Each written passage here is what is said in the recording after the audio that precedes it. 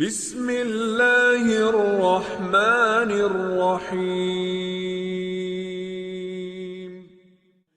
ناظرین کرام، 23 جون 2023 آبدوز ٹائٹن کا حادثہ ایک افسوسناک سانحہ ہے جو بہت سے سوالات چھوڑ گیا ہے۔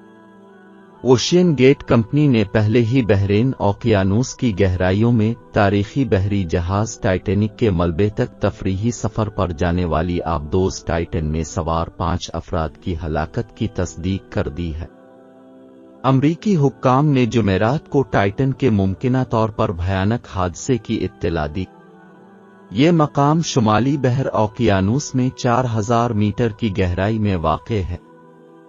کینیڈا کے کوسٹ گارڈ کے مطابق انہیں ملبہ ملا ہے جس سے پتہ چلتا ہے کہ آبدوز سمندر کے پانی کے دباؤ سے انتہائی بھیانک طریقے سے تباہی ہوئی۔ انہوں نے اس واقعے میں مرنے والوں کے لیے تعزیت کا اظہار کیا۔ اب ماہرین اس بات کی تحقیقات کریں گے کہ کیا ہوا اور اس سے بچنے کے لیے کیا کیا جانا چاہیے تھا۔ وہ اپنی تحقیق میں ٹائٹینک کے قریب سے ملنے والے ٹکڑوں کا جائزہ لیں گے۔ برطانوی رائل نیوی کی آبدوز کے سابق کپتان ریان رمسی کے مطابق حکام اس سانحے کو ہر پہلو سے سمجھنے کے لیے زیادہ سے زیادہ ملبہ اکٹھا کریں گے۔ ان کے مطابق یہ ہوائی جہاز کے حادثے سے مختلف نہیں ہوگا، بس فرق یہ ہے کہ یہاں کوئی بلیک باکس نہیں ہے، اس لیے اب آبدوز کی آخری حرکات کو خود نہیں دیکھ پائیں گے، لیکن وہ جتنے پرزے جمع کر سکتے ہیں جمع کریں گے۔ ان کو اسٹرکچرل رپچر اور ساختی ٹوٹ پھوٹ کا تجزیہ کرنے کے قابل ہونا چاہیے۔ ٹائٹن آبدوز میں کسی بھی ممکنہ دراڑ پڑ جانے کی صورت میں وہ کسی خاص نتیجے تک پہنچ جائیں کہ آخری لمحات میں کیا ہوا ہوگا۔ ٹائٹن کے سمندر سے ملنے والے ملبے کے 5 ٹکڑوں میں اس کا پچھلا ڈیک اور آبدوز کے سامنے کا ایک حصہ ملا ہے۔ یہ حصے ٹائٹینک سے تقریباً 500 میٹر کے فاصلے سے ملے ہیں۔ کوسٹ گارڈ کے ریئر ایڈمرل جان ماؤگر نے کہا کہ بحر اوقیانوس میں دھماکے کے وقت کا تعین کرنا ابھی قبل از وقت ہے۔ تاہم ملبے کو تلاش کرنے کے چند گھنٹے کے بعد امریکی بحریہ نے کہا کہ کچھ دن پہلے اس نے ٹائٹن کا سطح سے رابطہ ختم ہونے کے بعد ایک دھماکے کی آواز کا پتہ لگایا۔ اتوار کو ٹائٹن آبدوز کا باہر کی دنیا سے رابطہ منقطع ہو گیا تھا۔ اس تفریحی سفر کا انتظام کرنے والی اوشین گیٹ کمپنی، جس کے بانی بھی ٹائٹن آبدوز میں سوار تھے، نے ایک بیان میں کہا ہے کہ ہمارا ماننا ہے کہ ہمارے 61 برس کے سی ای او اسٹاکٹن رش، 48 برس کے پاکستانی تاجر شہزادہ داؤد اور ان کے 19 برس کے بیٹے سلیمان داؤد، 58 برس کے ہمیش ہارڈنگ اور 77 پال ہنری کو ہم کھو چکے ہیں۔ امریکی کوسٹ گارڈ کے مطابق اس وقت یہ کہنا مشکل ہے کہ ہلاک ہونے والوں کی لاشیں مل سکیں گی یا نہیں، لیکن سمندر کی گہرائیوں تک جانے والے یہ 5 مسافر کون تھے؟ اسٹاکٹن رش اوشین گیٹ کمپنی کے چیف ایگزیکٹو تھے جو ٹائٹینک کے ملبے تک کے تفریحی سفر کا انتظام چلاتی ہے۔ کمپنی نے تصدیق کی ہے کہ اسٹاکٹن اس آبدوز پر سوار تھے۔ اسٹاکٹن ایک تجربہ کار انجینئر تھے جو اس سے پہلے ایک تجرباتی فضائی جہاز ڈیزائن کر چکے تھے۔ اس کے علاوہ انہوں نے کئی چھوٹی آبدوزوں پر بھی کام کیا۔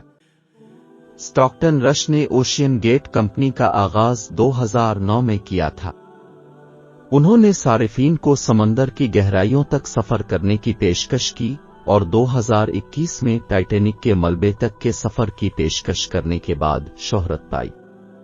برطانوی مہم جو ہمیش ہارڈنگ ایکشن ایوییشن نامی کمپنی چلاتے تھے جو دبئی میں نجی جیٹ ڈیلرشپ ہے۔ ہمیش ساؤتھ پول قطب جنوبی کا کئی بار دورہ کر چکے تھے، جن میں سے ایک میں مشہور سابق خلا باز بز الفالرن بھی ان کے ساتھ تھے۔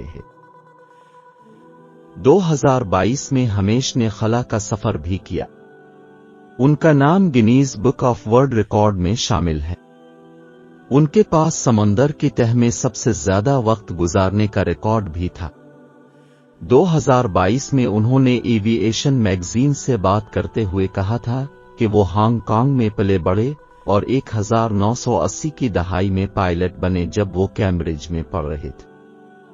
بینکنگ سافٹ ویئر میں پیسہ کمانے کے بعد انہوں نے اپنی فضائی کمپنی کا آغاز کیا۔ ان کے مطابق ٹائٹینک تک کا سفر جون 2022 میں ہونا تھا، لیکن اس سے پہلے کے سفر میں ایک واقعے میں آبدوز کو نقصان پہنچا جس کی وجہ سے ان کا سفر ملتوی ہوتا گیا۔ گزشتہ ہفتے انہوں نے فیس بک پر لکھا تھا کہ اب ان کا ٹائٹینک کے ملبے تک کا سفر 2023 کا پہلا اور آخری سفر ہوگا، کیونکہ کینیڈا میں جس مقام سے سفر کا آغاز ہوتا ہے وہاں موسمی حالات اچھے نہیں ہیں۔ ان کے دوست ڈیوڈ میرنز کے مطابق وہ کافی دلچسپ شخصیت کے مالک تھے جنہیں مہم جوئی کا شوق تھا۔ ٹیری ورٹس، جو ناسا کی سابق خلاباز ہیں، نے بی بی سی ریڈیو 4 سے بات کرتے ہوئے کہا کہ کچھ لوگ نیٹ فلکس دیکھتے ہیں، کچھ گالف کھیلتے ہیں، اور ہمیش کو سمندر کی تہ تک خلا میں جانا پسند تھا۔ ہمیش ہارڈنگ ایکسپلورر کلب کے رکن بھی تھے، جو تقریباً 1 صدی پرانا گروپ ہے۔ اس گروپ میں ایڈمنڈ ہلری اور امیلیا ایئر ہارٹ جیسے لوگ بھی شامل رہ چکے ہیں۔